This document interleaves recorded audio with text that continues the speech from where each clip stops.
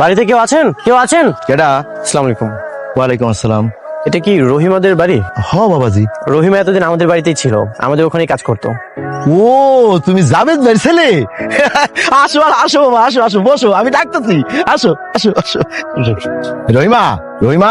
জিয়াদা দেখে স্যার, আপনি খান খান, আমি চেয়ার আনতেছি। স্যার বসেন স্যার। এসবের কি দরকার ছিল? রহিমা, আমি সরি, আমি তোমাকে স্যার যা হয়েছে বাদ দেন না। আপনি হ্যাঁ আইসেন তাতে খুশি হয়েছি। কেন আইসেন কোন? আমি তোমাকে নিতে এসেছি।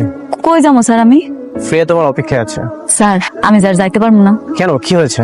বাবাজি, রহিমার বিয়ে ঠিক করছি আগামী শুক্রবার। আমাদের গ্রামের মেম্বারের ছেলে বজলুর সাথে ওর বিয়ে। ও তো এখন যাইতে পারবে না। দাদু ভাই, দাদু ভাই, হালুম হালুম। কি হয়েছে দাদু ভাই, মন খারাপ কেন? আমার মামুনিকে এনে দাও, মামুনির সাথে খেলবো। হ্যাঁ বাবা। কিরে, কি খবর? রহিমা কি আসতেছে? আর শ্রেয়া তো সে সকাল থেকে বলছে কখন আসবে কখন আসবে। রহিমা আর আসবে না। বলিস কি, এত রেগে আছে? রেগে আছে সেই জন্য না বাবা, ওর বিয়ে ঠিক হয়েছে আগামী শুক্রবার মেম্বারের ছেলের সাথে ওর বিয়ে।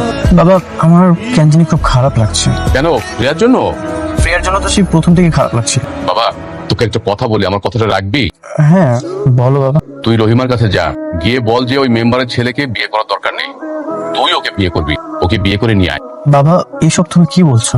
যা বলছি ভেবে বলছি, প্রিয়ার জন্য আর তোর জন্য ও রহিমার চেয়ে ভালো মেয়ে আর পাওয়া যাবে না। তুই আর দ্বিমত করিস না বাবা।